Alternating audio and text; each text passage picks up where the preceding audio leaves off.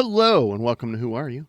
This is a reasonably well done sci-fi watchcast hosted by two former strangers, now friends, who got to know each other while watching Babylon 5, but we're watching 2004's Battlestar Galactica these days. I'm Xhafer, And I'm Laura.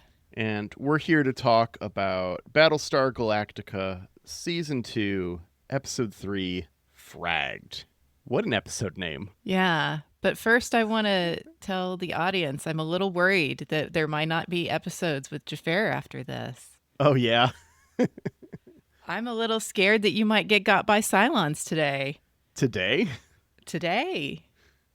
What's to... You're going to go see Oh, yeah. the... Today. Yeah. I thought this was about my trip. It's like, no, it's about the opera I'm going to see today. I'm going to go see Cosi fan tutte, which has been modernized, reimagined to be about AI, and it's got robots and stuff in it. Yeah. So Cosi is kind of famous in the classical music circles for being like one you have to do some weird things to sometimes, because otherwise it's kind of super sexist. yeah, I'm interested. I'm looking forward to it. Beth's family has season tickets to the opera, right? So this is a one of many that we've attended this season at this point. This is, I think, their fourth production this season that we'll be going to. They usually do a little hour beforehand with the director or someone else involved in the creative process to discuss the pre-show talk. Yeah, the pre-show talk. So we're definitely making sure that we attend the pre-show talk to talk about the decision made to do this as about robots. The ladies are robots, yes? I assume. Yeah. I know nothing. Seems logical. Yeah.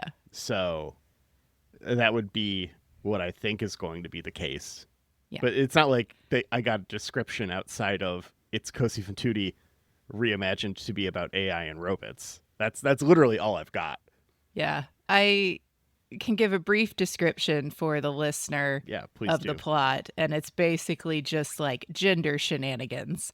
And there's two dudes and two ladies, and then like an old dude who's like telling everybody how to behave or something, and how to they're all trying to seduce each other, basically. It's just a bunch of silly shenanigans. And there's some great arias. There's some moments that are really cool. Come Scolio is a good one. But yeah, today's read, especially on the end, is kind of like, not my favorite, guys. It's Mozart, right? Am I remembering that correctly? Yes. Cool. Yeah. So yeah, he's great at shenanigans. Yeah. Well, I mean, he was a very shenanigans-prone dude, from what I know about him. Quite famously, yes. Forgive me, Majesty. I'm a vulgar man. So, yeah, no, it'll be fun. I'm looking forward to it. By consequence, we're recording super early, and I know my bedhead is ridiculous right now. Mine is up in a bun, so you can't see it. Yeah. But so we watched the episode last night before bed. Oh, that was a mistake. How soon before so bed? Mad. Enough where it fucked like with an your hour. sleep? No, like we stayed up and played Minecraft with Owen for a little bit, so that'll put you back on a Did you take him to go see the movie? Aaron got to take him to see the movie. He had a great time. He absolutely loved it. Yeah, I hear that's the thing right now. Yeah. So a lot of fun. Cool. Apparently the kids are actually Rocky Horroring the movie, and it's making people mad. I love it.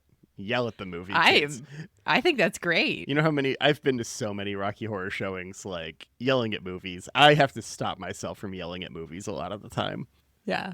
One of the joys, I think I've talked about this before, Beth and I's, one of our favorite dates is there is a small-ish theater, but not an art theater, not terribly far from us, that has a attached parking garage that's normally money, but on Sundays it's free. And this theater has 10 a.m. matinees on Sunday that are $5 still. Fun. In January, you can buy a never-ending bucket of popcorn where you get a free bucket of popcorn once a week for the whole year or whatever. Wow. And so we'll get our free parking, our $5 tickets, and our free popcorn. But one of the best parts is that movie theater is fucking empty. We have seen movies with the two of us, like big movies, like Marvel movies or whatever, like movies that you would expect there to be an audience for, and just fucking no one in the audience. It is pristine. It is ideal. And there have been times where I have yelled at that movie when it was just Beth and I. I would not dare ruin anyone else's movie-going experience, but yeah, sure. When it's just the two of us, who gives a fuck? She knows who I am. She's still here. Yeah. It's fine. Yeah. Well, I was yelling at the screen yesterday at many moments in this silly episode. Yeah, I noticed, I don't know if you've talked about this on Cool Girls or not, but you always set your names to funny things when you record. We do, yeah. Because I have very light editorial work on the show, I guess. I do lots of the importing for Beth into the scripts so that she can do the edits. And so I always see your funny names. And I've noticed you've set Will Frag Me to be your name for this recording session. Yeah. I texted Xhafer late last night. I'm sure he was already asleep. I very much was. And I said, well, now I'm just mad. Even if I wasn't, I've been trying to practice a phone down policy an hour before I go to bed and not looking at my phone for the hour before I'm trying to fall asleep. That's a good habit. So it's something. Yeah. Did I tell you I saw a neurosurgeon? Did we talk about this last episode? I don't know if we talked about it on pod, but you did mention that conference there was a neurosurgeon who a neurochemist, sorry. And that was something that he was talking about how holding a light source within like 1.5 feet of your face, the light will physically reach the part of your brain that makes melatonin and prevents it from working. Oh, yeah. So that's a problem. It's a whole thing. Yeah. And so I was just like, man, that makes sense. Okay. So I've been trying it's been a while. It's been like 5 days, 4 days. Sure. But I've been trying to make sure that phone down, no switch or no super close to my face light sources an hour before bed in order to help. And I have like a reading lamp that is facing the other direction and very modest light, and I've been reading, and that's been helping. Okay. Yeah, that's so wholesome and healthy. So good for you. I'm trying. I'm fucking trying. It's been a couple of days, and I have noticed in the mornings I am waking up a little bit more spry. So do recommend. Good for you. Can't say I recommend some of the decisions made in this episode, though. Particularly this first decision. Yeah, all of them. Yeah, this first one is. If we see a good decision, let's call it out. So many bad decisions on COBOL in this episode. Well, in general, but particularly on COBOL. Yeah. In this episode, we got season 2, episode 3, Fragged, and we open on a funeral for Tarn and Cyanus, which Cyanus, which is like, this is important. I understand that. I'm not saying that you shouldn't grieve, but maybe not when you're getting shot at randomly. Yeah, that's still happening, right? Like we are still being actively chased. It happened the once, and they haven't. They're just kind of like, oh well, the Cylons haven't shot at us in a minute, so I guess they're never going to shoot at us again, which is just the stupidest fucking logic. And it's something that they do repeatedly on this show, where it's all like, oh, hey, the Cylons usually show up every 33 minutes. Well, we made it 34, so we must be safe now. And it's just like, guys. Yeah. Guys. Come on. This is good drama, but the worst possible time to do this. Yes. But speaking of good drama, we use this opportunity to let 6PT have some commentary with Gaius. And she has the most smashing funeral coat on. Like, beautiful material, beautiful drape. It sits very well. I was just like, wow. Good job, 6PT. Need this me looks one of these. Mm-hmm. I need a funeral coat like that. Yeah. So she tells Gaius that they will never know the afterlife. And he's like, oh, is it because they didn't know God? Yeah, blah, blah, blah. You got to be baptized for your religion? Okay, we see how it is. Right. It's like, no. Right. And she's like, no, that's not the problem here. Nope. it's where they died. They died on Kobol, and God is not here. Yeah. God cannot help you here. Yeah, so I'm like, man, is God God then? Well, and here's the thing. We don't know if this God she keeps referring to is not on Kobol or influential on Kobol because of some other force or because he/she chooses not to be on Kobol. Yeah. Like, yeah. So don't know. But I was like, weird. I mean, I think part of that is just cultural for us, because when we talk about a monotheistic religion in our society and our experiences, it is almost exclusively the providence of an omnipotent, omnipresent God. Yes, that is true. And that isn't necessarily the case here. Well, I think by definition, if Cylon God cannot help people on Kobol instead of will not help people on Kobol, then that God can't be omnipotent and omnipresent, if only because of this exception. If it's will not, then it gets a bit dicier.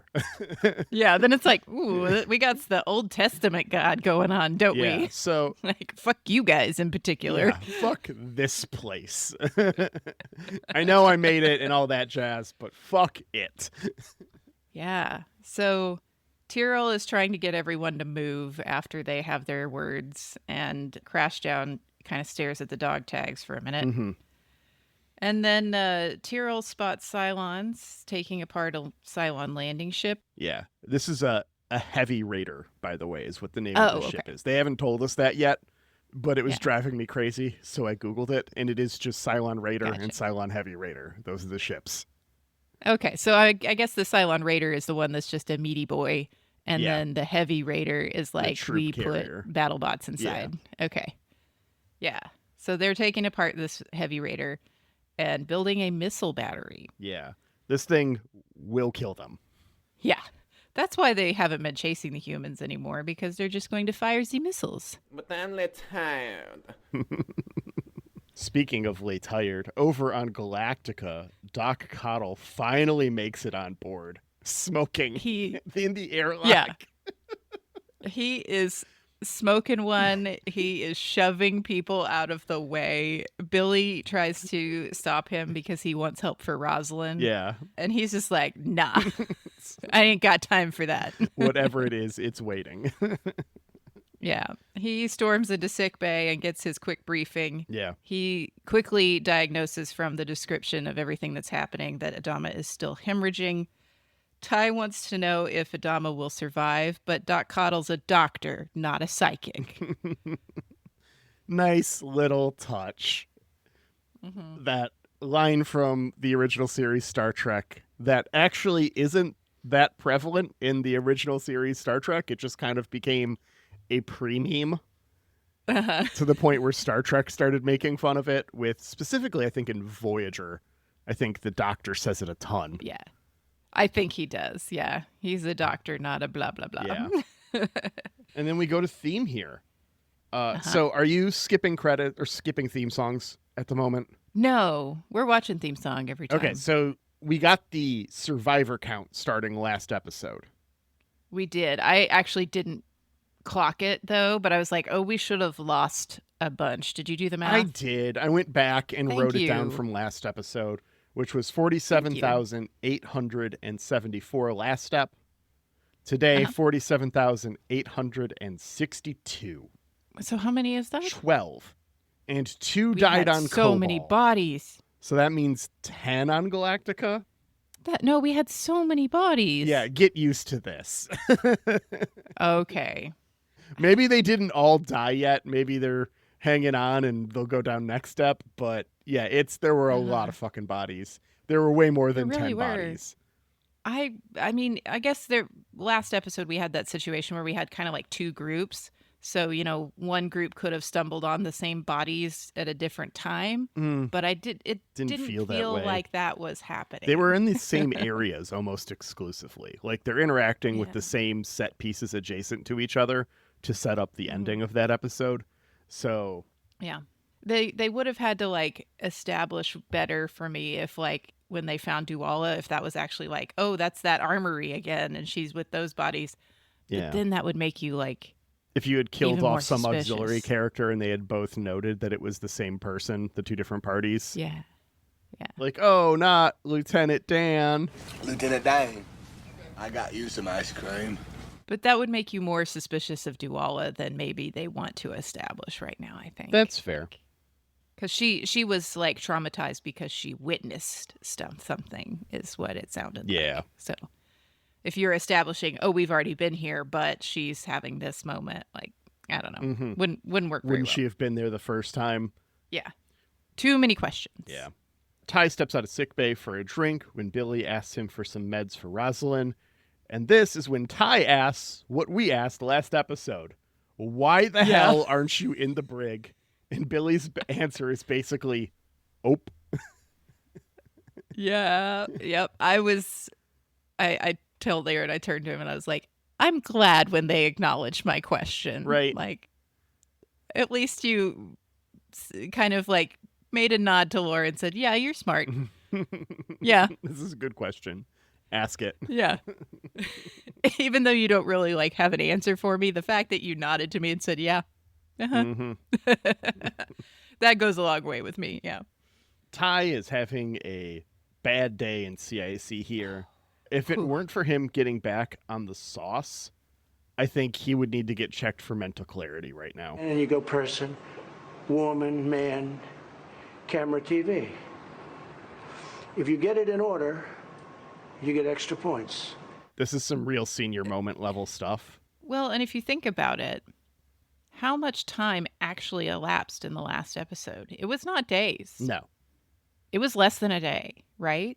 I would say in the last episode, less than a day for sure. I would say the last episode was probably hours, and the episode before it was probably hours. Right. So he's like completely whiffed and forgotten all about the people who got left on Cobol.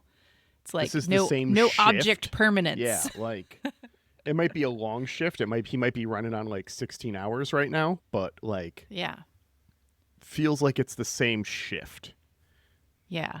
And not only does he whiff on like the people who are on Cobol, he like immediately walking into CIC is like, wait, why are you not in the brig? To Lee. Yeah. And Lee's like, I'm still on duty, man. Yeah. Like this was the agreement. Do you want me to go to the brig? Yeah. He's like, and then he's like, well, why are you in charge of this? And he's like, well, when I'm on duty, I'm still in command, right? You didn't tell me I wasn't in command. You didn't change my rank or my job, so I was doing my rank and my job. He's like, I'm just trying to search and rescue those people. And then Ty like really shows his ass to the whole room. Yeah. Not remembering that those people are on Cobol. Like, if this episode wasn't named Fragged, it would be Ty shows his ass. That would be the name of the episode. Yeah. 100%. For real. Just all over the place. Yeah. He's like, Gata's hovering, and he's just like, oh. It's like, yeah, we know Gata hovers, okay? He's a close talker. We know this about him. Well, and Duwala is a bit of a close talker with Ty later, too. Duwala is a Class A close talker to the point where I am uncomfortable. Well, I think it's because she's so small. She's got to, like, get in there to be noticed. Ty's, like, trying to cover his ass. He asks for an update on this whole thing. Mm-hmm. And then I don't remember if it's Gata or Duwala at this point is like, hey, the press also would like to know when they can leave. And also the Quorum of 12 just docked, and they demand to see you. Yep. And Ty does not like anybody having demands of him. Yeah. He does not handle that well. I guess Adama. He will accept it from Adama. But just Adama. Yep. After this, we cut over to the brig where Rosalind is going through Chamalla withdrawal, causing her to suddenly scream and wonder how we got here, just like many Americans also going through a Chamalla withdrawal at the moment. Oh, that was pretty good. I was like, oh no, dark. And I was like, oh, that's pretty good. I stopped after I wrote that in my notes yesterday to be like, this might be one of the best jokes I've made on podcast. Did you give yourself a little pat? I ran it by Beth, on the back, which is pretty common for me when I'm all like, am I being clever or am I being a jackass? If I have that, I ask that question a lot when I pre-write a joke, and that one passed. Yeah. Did she give you a little pat? I did get a little pat. Yeah. You deserve a little pat. That was nice. Thank you. Yeah. Poor Rosalind. She's starting to look pretty bad. Yeah, things are rough, and they get significantly worse over the course of this episode. Yes. And like we said, last episode was hours, probably less than 24, probably more than 8, I would guess. But yeah, like from start to we all get cleaned up. It makes me wonder, like, is the timing just inconvenient with her withdrawal here? Is this like a withdrawal after like 8 hours? Is this a drug you have to wake up in the middle of the night to take to not start screaming in your sleep? Or yeah, that'd be bad. Or is this the kind of thing where she hadn't had it in 2 days before this episode started? Good question. Because it's very dramatic timing, which for the story is convenient, but for reality makes me wonder about how this shit works. Well, and we know like that this is a drug that priests use, is mentioned later. Yeah. And it's alternative cancer medicine. And I was like, where the fuck are they going to get this? But then it just seemed to be in the fleet somewhere, and they seem to just have it. Yeah. So I don't know. Yeah. This, like, I have a feeling if we had to, like, compare this to something in modern society, it might be like not stevia, that's the sweetener. Oh God, it starts with sativa. Is that it's just a strain of THC. Okay, yeah, that. Yeah, or it's just like it's not like marijuana level, but it's a little maybe like hallucinogenic. Oh, salvia. Salvia is that what you're what I'm thinking of. Yes. Yeah. There we go. Where it's just like something that like is used by different groups for different things, and reasonably speaking, there might be some floating around. Yeah. You know. I really want the recreational drug story, though. I want the dust market in the human fleet. I want to know about what we're doing to escape from our problems. Yeah. Besides alcohol, like that's obviously there, and it's got its own plot. Yeah. So we're gonna go back to Cobol. Yeah. Baltar wonders war. Good God, y'all. Yeah, Gaius is really on the like enlightenment train. Yeah. With 6PT. Like, she tells him humans invented murder. Yep. And then the Cylons learned it from humans because we're your children. We learned it from watching you, Mom and Dad. Yeah. Oh, boy. Gaius asks why God would want them to bring a child into this.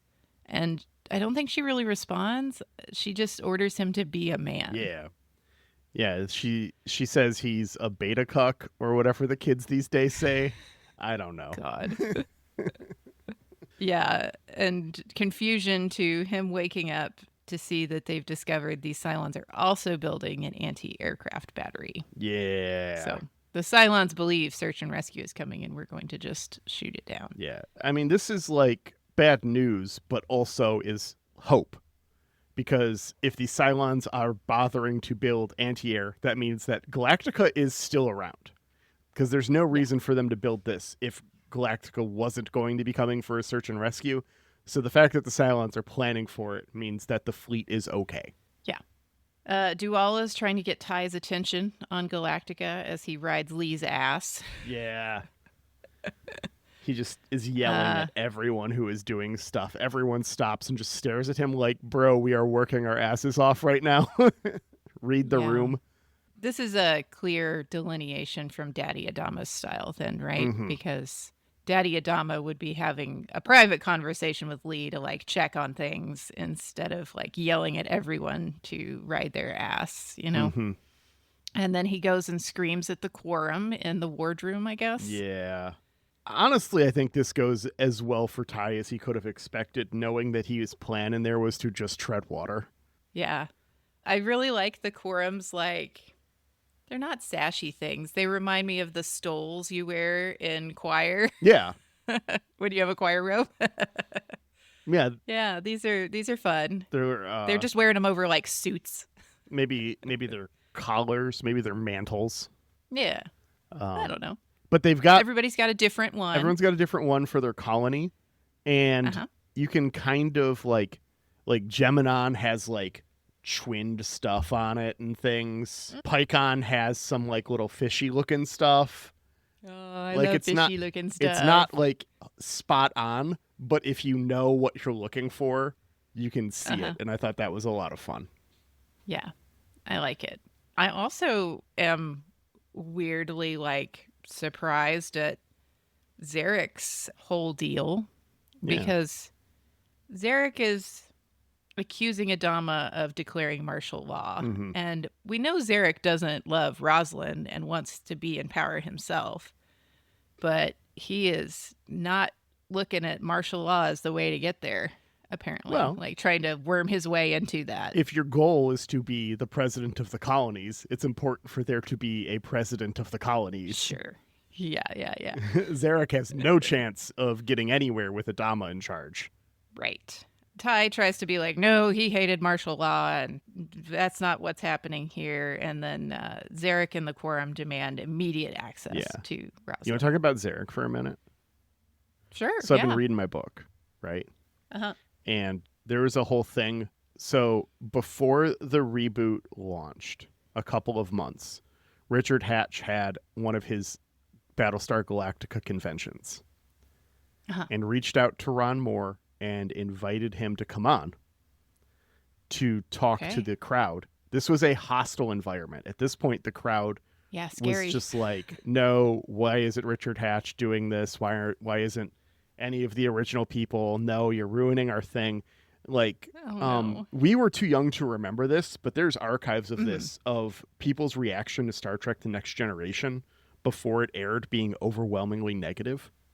Yeah, which is wild to me now in hindsight. Yeah. I mean, we got a lot of it with Discovery, too. Yeah, where before New Trek started, everyone was all like, fuck this, it's not the same. And it's just like, but we had at least had several iterations of the show by then, so it was a little different. Compared to Next Gen, where it's all like, you're not doing Kirk, Spock, and McCoy again. The show will be terrible. They are the heart of Star Trek. They are Star Trek. Fuck you. You know, even if you were to recast them, fuck you. Like, no, you bring those people back, do another show. They're making movies. It's successful. Right? So the reaction was a lot like that. And Ron showed like clips, like he showed like the first 6 or 7 minutes of the miniseries effectively. And got yelled and screamed at by an audience for minutes until Richard Hatch stepped in to be like, look, I wanted the other thing too. This is their version. They're not trying to say this is original Battlestar, and that's what that is. Original Battlestar still exists. He's an artist. Let him have his vision. Like, even if we're not fans of it, it is new Battlestar that is good for the franchise, and you need to at least be kind to him because he came out here to interact with you. He did not have to be here. And basically stood up for Ron Moore and got the audience to back the fuck off. That is really nice. So because he did that, because he extended that olive branch, in turn, that's why they called them on to do Tom Zarek in the first season. Was a like, hey, thanks so much for doing the thing. Would you be interested in appearing in the show? Like, we'll figure out the details later. And so they wrote the character Tom Zarek, and they were really, really worried about his ability to handle the character. Now, obviously, in hindsight, everyone was all like, he's fantastic. He was one of the best characters on the show. Like, he did all this stuff. His acting was phenomenal. But when your acting experience is limited in scope, like, because, I mean, Richard Hatch had not had a ton of roles in between Galactica and the present day, right? And Galactica was very campy. TV was different back then. And so they were worried about his range and stuff. And they were also worried about him, like, interacting with Lee because, you know, they're both Apollo. And so if he's going to be there trying to, like, shove it to new Apollo, which is one of the reasons why Lee's on that ship doing that stuff, is it's old Apollo and new Apollo interacting, you know. And he was so good as Zarek that it was originally just a, like, he's a one-off character. We don't have to do anything more with him, right? If he never shows up again, he never shows up again. But he was such a delight on set, and he was trying so hard to fit into the style and make it work, and was working with all of the actors and being a mentor and doing all this awesome shit, that they just kept bringing him back whenever they could find an excuse to. Nice. Yeah. That was really cool to read about. It's really cool, and it's really, I don't know, it was interesting to me the way I was like, okay, I'm in the first, we've had him in 2 or 3 episodes so far. I think this is 4, maybe even 5. Okay.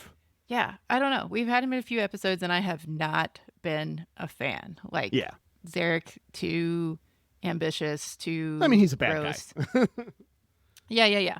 But here he's like, I might be pushing my own thing, and I might have my own bad agenda, but your bad agenda is worse than mine.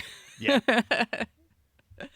And he's not wrong. So I was like, all right, I can get behind this for a moment. Mm-hmm. You know what I can't get behind, though? Freaking Ellen Ty. Yep. God, I hate this lady. Yeah, she's the worst. Yep. She goes to visit Rosalind, and, she's clearly here to, like, observe. Yeah. I don't know why the guard let her in here. Like, just because she's Ty's wife doesn't mean she should have access to the high-profile prisoner. Yeah. I'm sure she, she told the guard, it's like, hey, I'm just here to check on Laura. Like, we are personal friends. We have had dinners together. Like, that's true. like we have a relationship that exists outside of her role as president. Yeah. You say what you need to. Sure. She asks if she can get Rosalind anything. Yeah. And I was so afraid in this moment that she was going to ask Ellen Ty for drugs. I mean, if you needed someone to ask for drugs on the fleet, Ellen Ty's probably pretty good on that list. She's probably got a connection, right? Mm-hmm. But she's going to blackmail you with that. For sure. Yeah.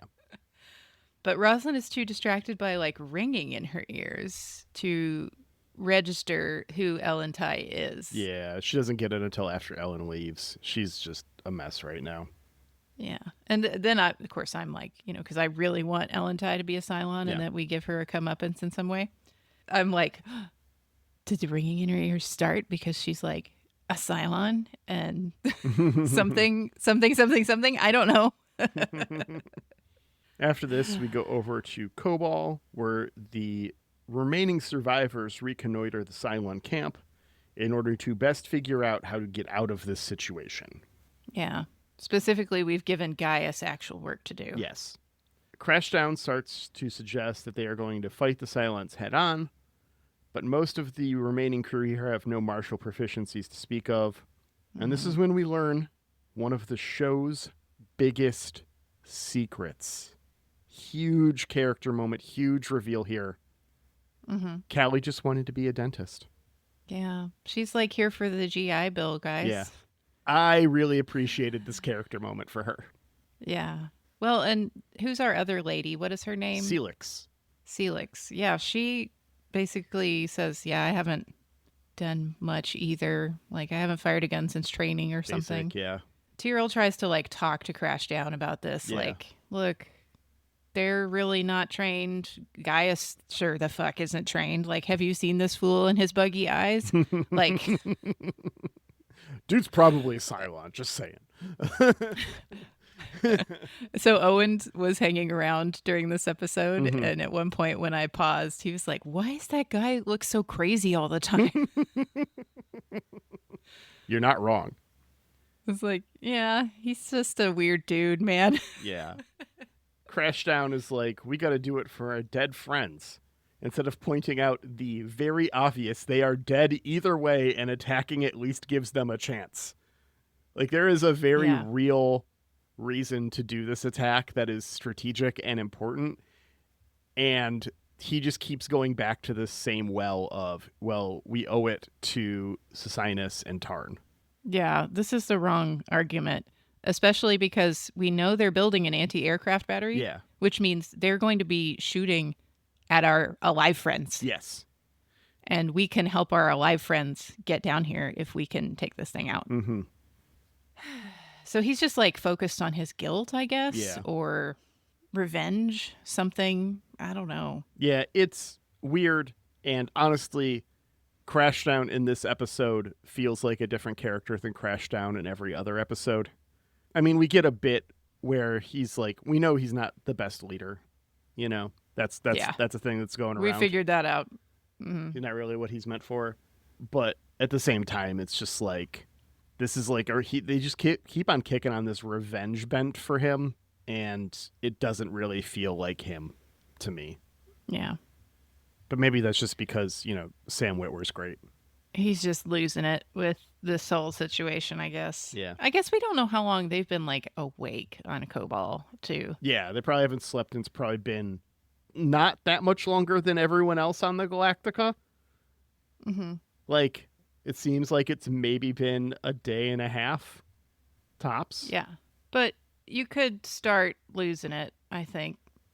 Yeah. And you've been awake that long, especially when people are dramatically dying around you. Mm-hmm. Baltar speaks up and tries to start a little mutiny that Tyrell quickly puts down as Crashdown goes over the plan. And you would think, based on like the Tyrell Crashdown conflict, that maybe Tyrell was going to back Gaius here, but nope, he's a good military man. Yep. Yeah, and he like forces Gaius to sit down, even though Gaius is like, but I'm vice president. And they're like, vice president means nothing at this moment, sir. Yeah, get fucked. I didn't vote for your ass. No one did. The quorum did. But maybe that's how their democracy works. I don't know. Yeah, representative democracy kind of thing going on. We get an actual answer for this relatively soon. So. Oh, neat.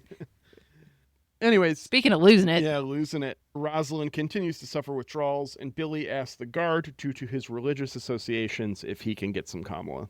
Yeah, the guard has kind of picked up what Rosalind is putting down, mumbling in her bed about Pythia scriptures. Yeah. And the guard is very interested, because does he say he was from Geminon? Yes, he does. And they're very religious there. Yeah, we've established that, I think, a couple of times. I think the priest is also from Geminon. Yes. Yeah, Geminon is the super religious planet. We get that from Duwala, no, she's from Pycon. She's from Sagittarius, I think. Whatever it is.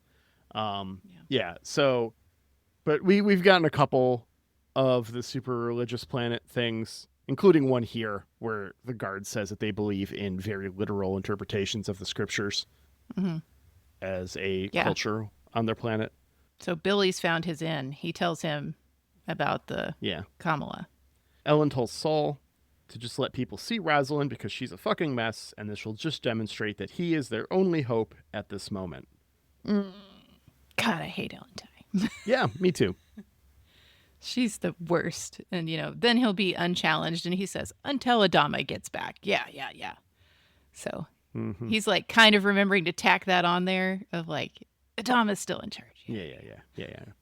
6PT says that one of the party on Cobol will betray the others as they head out. Uh-huh. Now, do we want to talk about this now, or do we want to talk about it when it happens? We can talk about it when it happens, okay. But she does tell him that if the attack fails, you're going to die. And he's like, but I'm God's chosen one. And she reminds us again that God is not on Cobol. Yeah. So, like, if you die here, it's for real. But Crashdown has decided it's robot fighting time. So we got to get going. Saul, looking at pictures of his past, literally threw a whiskey bottle. Okay, we get it.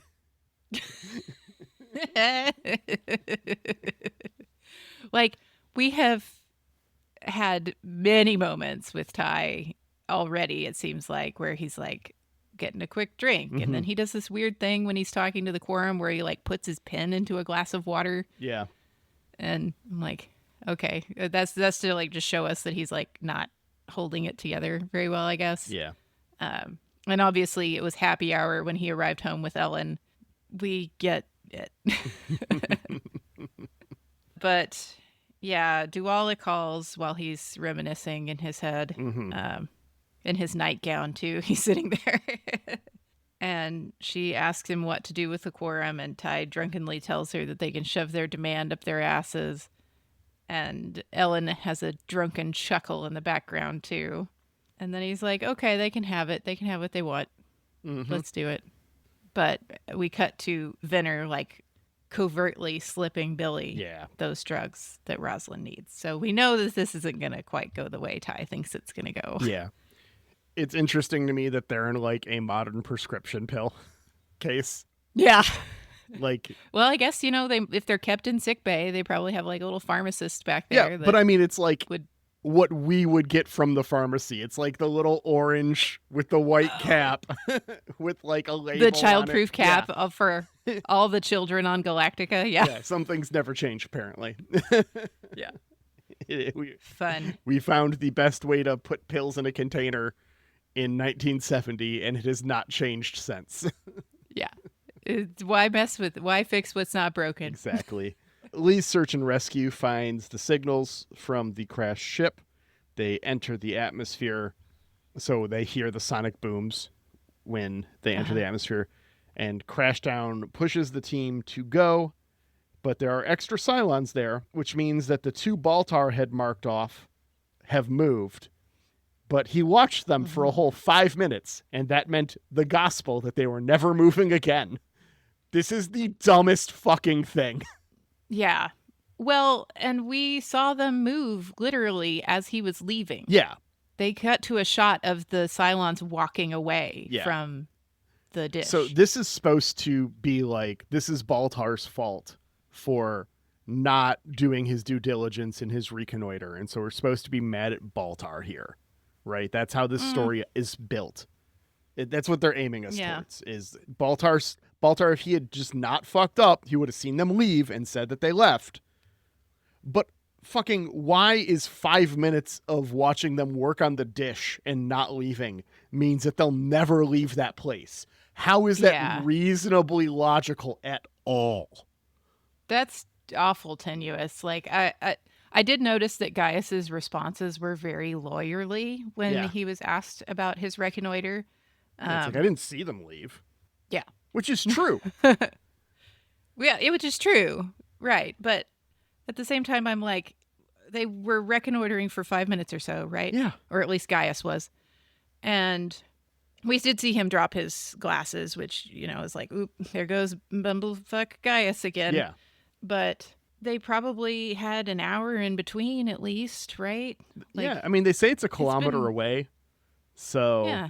Well, a click away, assuming that's a kilometer some time, still. Because you're moving slowly and carefully and, like, getting into the spot. Yeah. And, like, I was like, stuff happens, man. Like, why would you think that those 2 Cylons were never going to fucking move?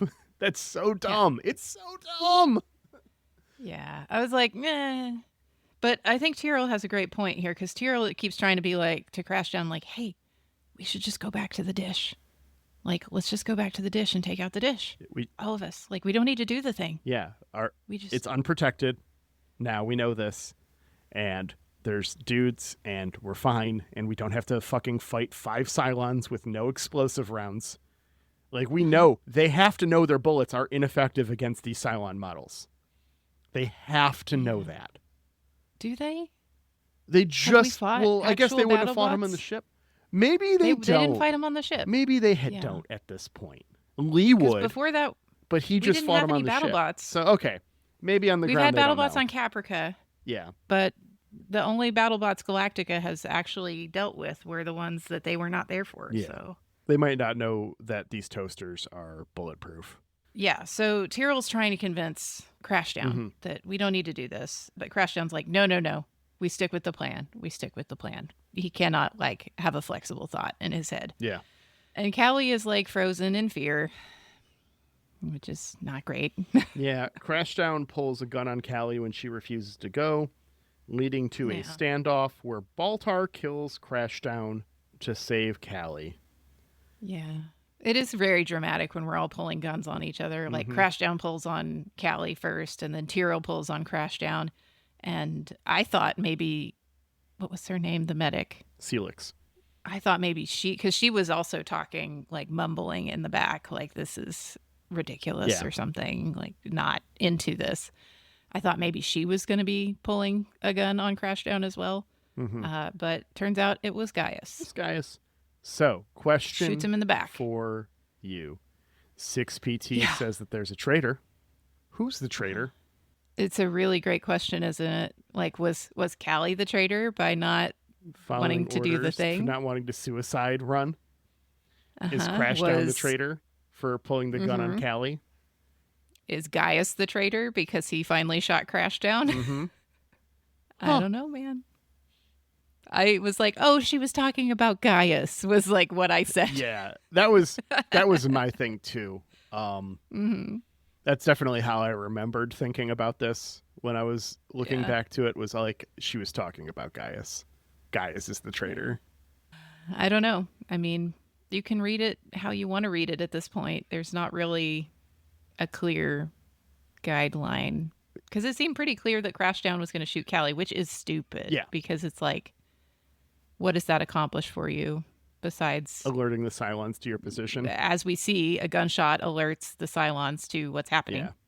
Like, it wouldn't do anything for him. This is just like useless discipline, like attempted discipline, ineffective.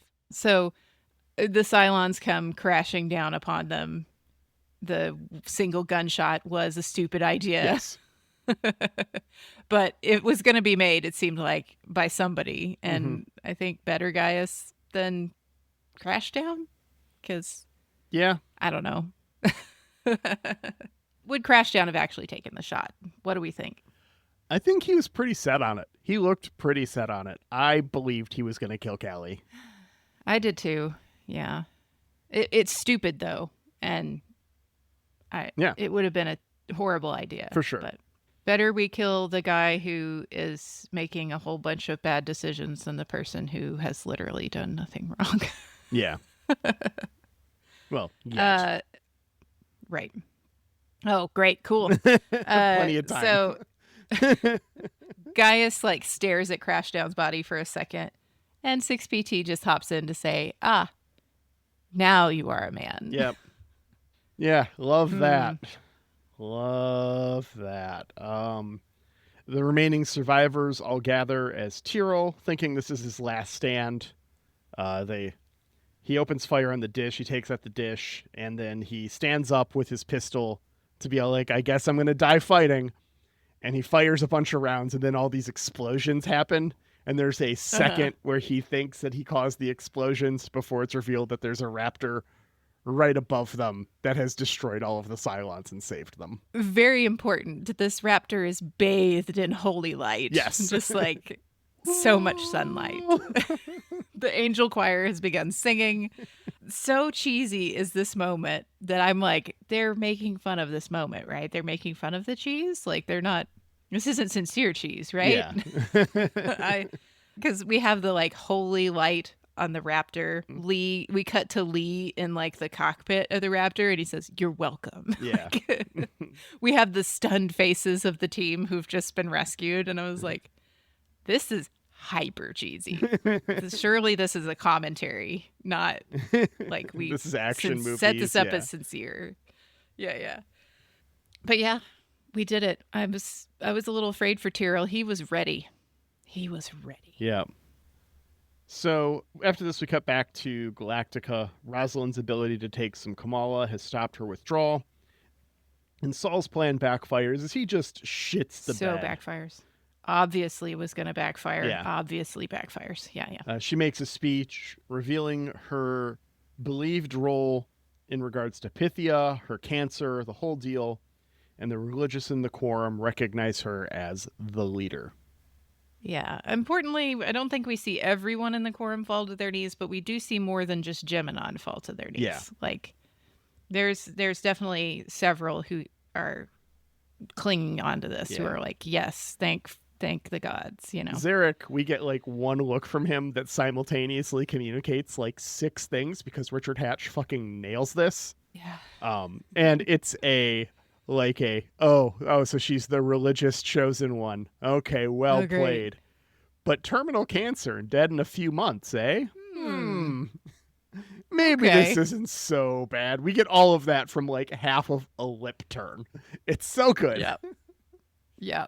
And poor Ty, also again showing his ass to a whole 12 people as he's like in the background trying to feebly paint her as this religious fanatic, and everything he throws at her, she's just like, yes, yep, and this, like confidently. Oh, I'm so mad at Saul.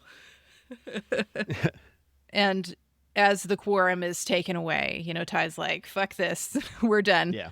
Rosalind goes and thanks Corporal Venner for his assistance, and he says, like, don't thank me, thank the gods. So I kind of thought Venner's religiousness was gonna be a thing, and it is a thing. Lee gets a pile of dog tags down on Kobol, and he asks about Crashdown. Baltar lies, calling him a hero, and Tyrol backs him up. Yeah, they're like, yeah, Crashdown led the charge. Yep. And died that way. Yeah. Definitely didn't get shot in the back. It's either that or Callie gets court-martialed, so, for not wanting to do the suicide plan. Yeah. And Baltar is in military jail, and... Yeah, like, I don't know that Baltar's motives are very much altruistic at all, of just like, oh, I don't want to tarnish his memory. No. I think Baltar's motives are self-preservation. 100% Baltar saving his ass. Not even thinking about Callie is Baltar. but Tyrol backs him up for that reason. You know? He is thinking about Callie. Also, I mean, if the whole story is played out, Tyrol also pulled a gun on his commanding officer. Sure. So not great for him either, but I don't think he's thinking about that. Yeah. Or it's not the forefront of his mind. Oh, hey, guess what? What? Remember how we were talking about the severe lack of pockets on the people sent down to do this mission? It's because Lee has all the pockets. Did you catch his vest? Every single pocket on Galactica is strapped to Lee right now. Lee has all the pockets. It's like, these vests should have been on these guys. What the fuck? Right. Oh, well, what can you do? But 6PT is very proud of Gaius. Yeah, he's all grown up now that you've killed. I'm not a puppet. I'm a real boy. Yeah. It makes him human, is the words thrown around. Yes, that 6PT is like, this, now you're a real human, I guess. Yeah. Oh, maybe he is a Cylon. I don't know. No, I don't think. I think Gaius is like very low on the list of possible Cylons because of the reasons we discussed in the last episode. Like, why would you need a Cylon to manipulate him if it... Yeah. But 6PT tells him she'll be his conscience, which doesn't make me feel good. Yeah. I mean, the Cylons have a bit of a smug moral superiority. Yeah. And Gaius clearly didn't have a great conscience to begin with. It's true. I mean, to be fair to the Cylons, they were, like, enslaved and stuff. You know? Yeah. Like, so. it is not a cut and dry issue here. Just because they did genocide, which is terrible. Yeah, genocide bad. We are an anti-genocide podcast. The worst. It's one of the worst things you can do as a human is genocide. It's top 2 easy. Don't even have to think past that. A thing that we seem to keep doing, though. That's troubling. The troubling part. Yeah. Sure is. Fuck. Okay. Yeah. There's a great line here with Baltar where he's all like, murder is what makes us human, not poetry, art, music, or literature. And he just kind of is like, murder is my heritage, is his line. I mean, Gaius definitely, like, thought a whole fucking lot of himself because of the, like, art, poetry, science thing. Yeah. And definitely, I think, used that to completely ignore the heritage and the fact that the human race has done these things. So I think art, poetry, music, science, et cetera, all that stuff is what makes us human, if you want to, like, get philosophical. But I think we cannot ignore our history at the cost of that. Like, when people are like, oh, but we're better now. And it's like, I feel like we had that message a lot in the 90s. Like, racism is a thing that used to be. Sexism is a thing that used to be, but we're better than that now. And so a whole bunch of us grew up thinking it was over, and it's not. It's not, and it never was. And it never was. All right. So before we doom spiral ourselves to talking about this for another 3 hours and not finishing this episode. Yeah. Coddle. We're so close. Yeah. Coddle has saved Adama, but he's not going to be awake for a while. I believe the exact quote on him waking up is when he damn well feels like it. Yeah. And of course, Coddle is just chain smoking the whole time that he's talking to Ty. Yeah. Ty tells sleeping Adama, that he has fragged things up. And boy, he sure fucking has, but he can frag them up a little bit more, apparently. Yep. He goes to the press and announces that he has dissolved the Quorum of 12 and declares martial law as he has a drink to end credits. Yeah, it's ankle flask to credits, which doesn't make you look bad at all. I mean, there's no pockets on that uniform for one anywhere else, so... True. You got to stick it in your sock like a weirdo. Nothing quite says I have a problem like an ankle flask. Yeah. Ugh. Yeah. Yikes. Well, I guess if you don't have pockets and don't have a purse, there's reasons. Anyways. Yeah. That's the episode. How'd you feel about this one on a scale of 1 to 12? It made me so mad. Yeah. Is this a fuck this episode for you? Yeah, I'm okay. I hear, so I told Aaron afterwards, I was like, So Beth specifically said that she wanted to be a guest on the most dramatic bitch episodes. And she is not a guest on this episode. So that means it's going to get worse. So having had a conversation with her about it, 1, doing the guest planning, and 2, cohabitating and being, in a relationship, number of conversations. But the general idea was, just as a general statement, the most dramatic bitch episodes of Battlestar Galactica are always the season finales. So Beth is just guesting in season finales. That's what she wanted. So, yeah. But I was like, man, that means the season finale is going to be worse. You don't even know. More dramatic than this. There is a more dramatic episode in, I'm not going to say the number, but less than 10 episodes. Oh, yeah. Aaron kind of alluded to, there's going to be something that happens soon. And I'm like, fuck. Yeah.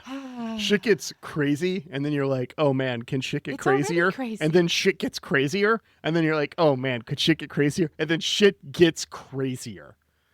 Man. It's like, if I call this a fuck this episode, am I blowing my fuck this episode too soon? But okay. Just blow your fuck this episode lower, Laura. Do what you want. You can do it again. I feel like the martial law episode is a good episode to fuck this episode, right? Yeah. But that's next episode. Martial law bad. We have the prior experience, especially even on this podcast, of the Babylon 5 martial law. Yeah. Bad. The declaration of martial law, not good. Yeah. Happens at the end of the episode too, doesn't it? Mm-hmm. Yeah. Oh, so dramatic. Maybe martial law declaration is where I want to fuck this episode. I don't know. Okay. Not a single good decision in here. We didn't call anything out. Yeah. I think that's where I'm at. Okay. So upset. That's fair. I was mad enough to text you about it immediately. You did. I really liked this episode. I mean, yeah, it's definitely upsetting, and there's a bunch of people making bad decisions, but I guess if Battlestar Galactica had a subtitle, it would be a bunch of people making bad decisions. So, yeah. I think this was a strong ep. We see a lot of the humanity and the weakness in people. Mm-hmm. And we will celebrate their strengths later, but not this episode. So, nope. But we learn a lot about who our characters actually are, which I really appreciate. Yeah. There's a lot of character growth this episode. I'm going to give this one a 9 out of 12. All right. Very good. All right. Well, that will take us to next week, where we've got Season 2, Episode 4, Resistance. Ty imposes martial law and threatens to split the fleet as Lee works to free President Rosalind and organize democratic resistance. Oh, boy. I wonder how Caprica is. We didn't see Caprica at all in this episode. Nope. Hopefully we get some Caprica. It would have just been episodes of Starbuck and Hilo in her truck, driving around, just like looking for snacks as they make their way to Yes. some other thing. I don't know. There's so much going on. I could have used a snack break.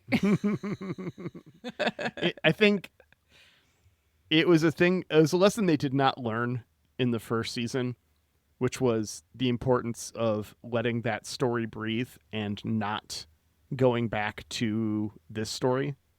Because a lot of, and actually I was just reading about this too, because this was kind of made at the start of serialized TV. Like Lost and The Sopranos were just getting going when the show was being made. They'd been on for a handful of seasons, but nothing had like really broken the TV mold completely. It was obviously that things were going to be different in the future, but they wanted to build this show for syndication. And in the first season and for a chunk of the second season, it's still very much built that way, where there's the A plot is contained in the episode, the B plot runs through a series of episodes, and then the C plot runs through the season. Right? And so our C plot there was Hilo and Sharon on Caprica. That ran through the entire season. We got little bits and pieces of it. True. Well, one of our C plots. And this is the start of the show not giving a fuck as much about syndication. And it's better for it. Good. Well, I look forward to seeing how the Resistance goes. Oh, no. All right. Well, that's that. All we got to do is leave you with a couple thank yous. Start, as always, with Jeremy Siegel. Hey, Jeremy. Thanks so much for our theme music. Appreciate the hell out of it. You can find more of Jeremy's work online at jeremysiegel42.bandcamp.com and on streaming services as Nuclear Jaguar. And thank you to the work of Angry Duck Time Machine on Instagram for our podcast cover art. Aaron, thanks so much for editing this podcast. Appreciate the hell out of you. And thanks, listener, for being here with us. If you want to talk more Battlestar Galactica, you got to get in our Discord. But if you want to talk spoilers, ask for Spoiler Town. Yeah. Spoilers are heavily segmented in the Discord for this show. So make sure you don't just jump in and say some stuff. Please. Please, for my sake. You don't want to ruin the podcast for everyone. We'll see you next week, Internet. Bye.